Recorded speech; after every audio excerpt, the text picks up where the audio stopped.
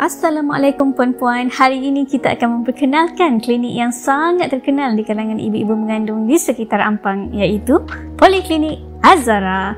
Poliklinik Azhara sangat famous dengan servis antenatal scan dia. Ada macam-macam jenis scan yang mamis boleh buat kat sini ya. Untuk yang tak mengandung pun boleh buat scan kat sini.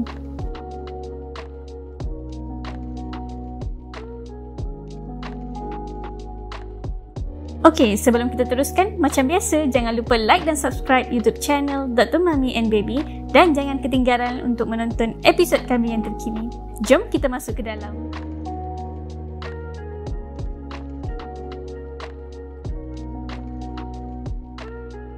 Pada video kali ini, kita akan bersama dengan Dr. Ramzul Adli mengupas topik pendarahan di awal kandungan, bahaya atau tidak. Assalamualaikum, saya Dr. Ramzul Adli dari Poliklinik Azhara, Taman Dato' Ahmad Razali, Ampang. Ini antara soalan yang biasa kita terima daripada pasien-pasien kat sini lah. Untuk menjawab soalan ni, doktor kena buat beberapa pemeriksaan lah. Okey, nombor satu sekali, doktor kena confirmkan yang ibu tu betul-betul mengandung. So, kalau dia tak pernah buat urine test untuk mengandung lagi, dan kita akan buat satu dekat klinik lah untuk confirmkan.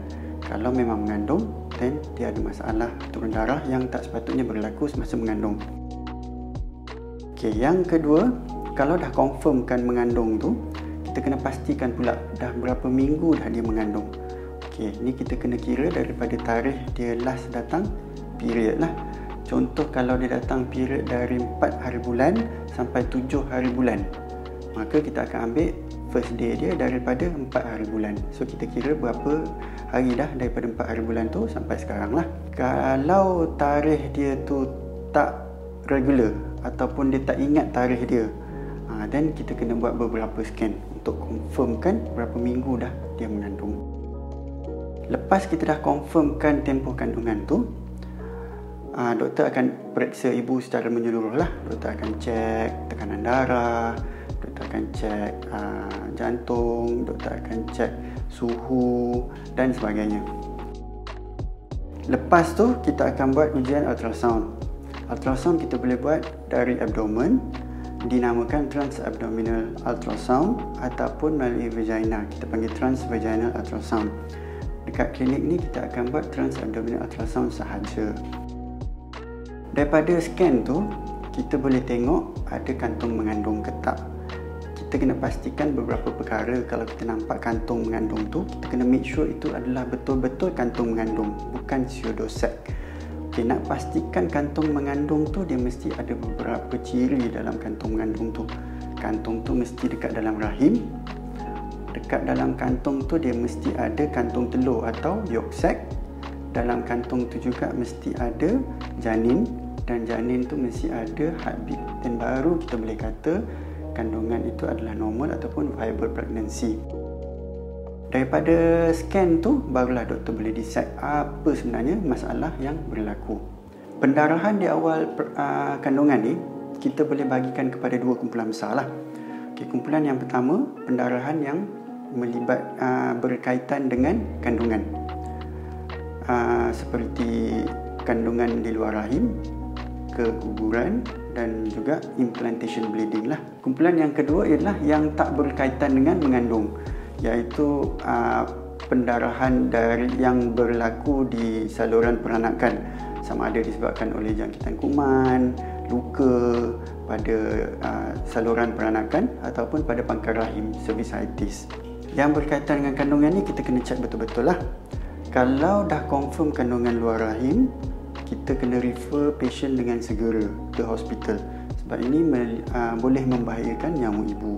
Tanda-tanda mengandung di luar rahim ni, macam patient tu akan komplain sakit yang teruk di bahagian perut.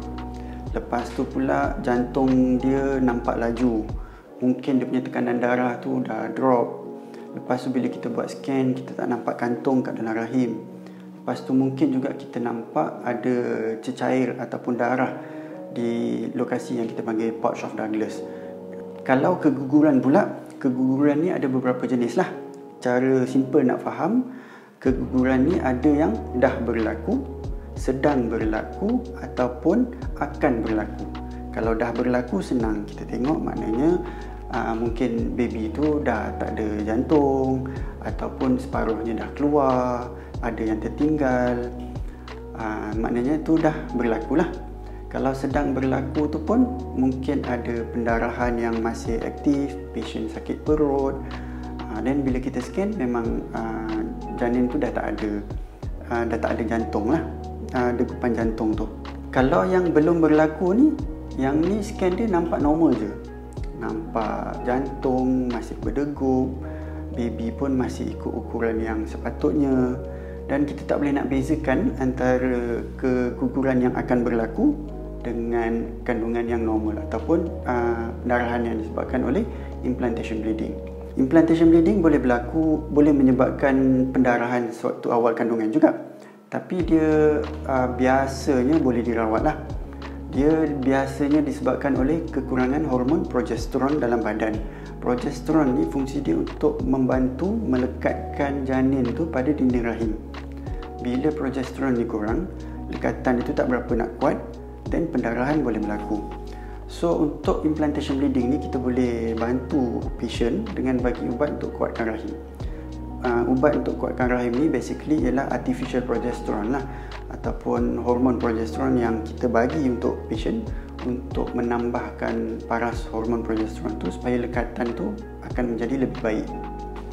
Secara ringkasnya macam itulah. Kalau ada pendarahan waktu awal mengandung, doktor akan cek dan pastikan masalah-masalah tu semua, dan doktor akan bagi rawatan ikut apa punca-punca berlakunya pendarahan tu lah. Pendarahan sewaktu awal mengandung is never normal, tak pernah normal, cuma adakah dia berbahaya ataupun tidak berbahaya sahaja. So kalau ada pendarahan, jangan tunggu lama, terus datang ke klinik untuk pemeriksaan. Okey, saya harap dengan penerangan tadi terjawablah soalan yang telah diberikan. Sekiranya ada masalah pendarahan di awal kandungan, puan ibu yang mengandung boleh datang ke Poliklinik Azhara. Kita boleh bantu untuk memberi rawatan yang sepatutnya. Kita ada sonografer wanita yang boleh membuat scan, dan cas yang kami kenakan adalah sangat-sangat berpatutan. Sekian, terima kasih.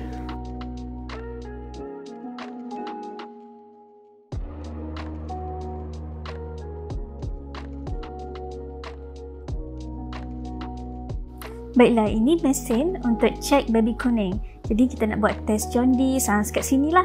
Boleh dapat keputusan segera dalam masa lebih kurang 5 minit je dah boleh dapat result. Mudah dan pantas.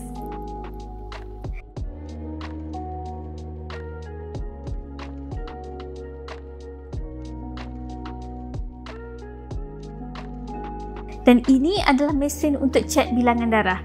Nak tengok demam denggi, jangkitan kuman dalam darah, anemia, platelets, semua boleh test kat sini.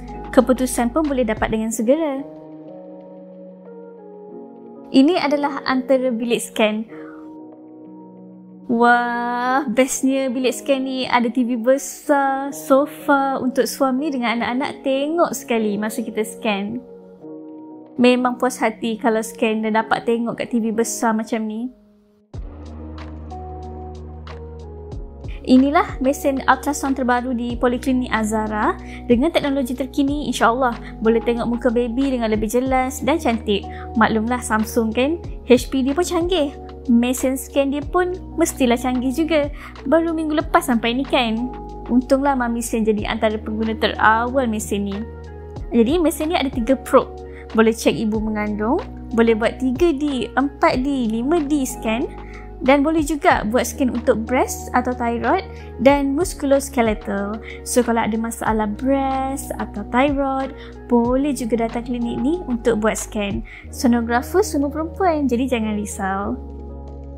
Jadi macam mana pula dengan harga? Mahal ke tak harga untuk kita buat scan dekat sini?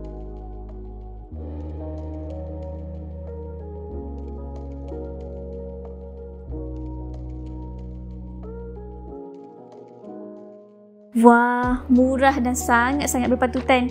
Tempat selesa, sonografer sini pun baik-baik je. InsyaAllah memang best lah kalau buat scan dekat sini.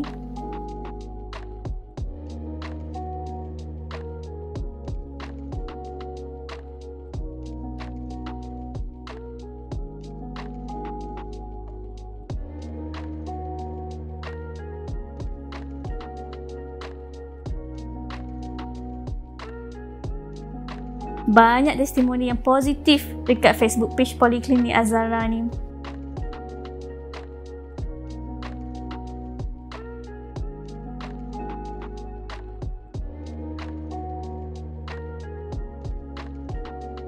So, mereka yang nak buat scan, kalau duduk sekitar sini, tak perlu cari klinik lain dah. Datang je Poliklinik Azhara, ya. Okey, dah selesai episod kita untuk kali ni. Jangan lupa like dan subscribe YouTube channel Dr. Mami and Baby. Dan jangan ketinggalan untuk menonton episod kami yang akan datang. Kita jumpa lagi di episod akan datang. Bye-bye.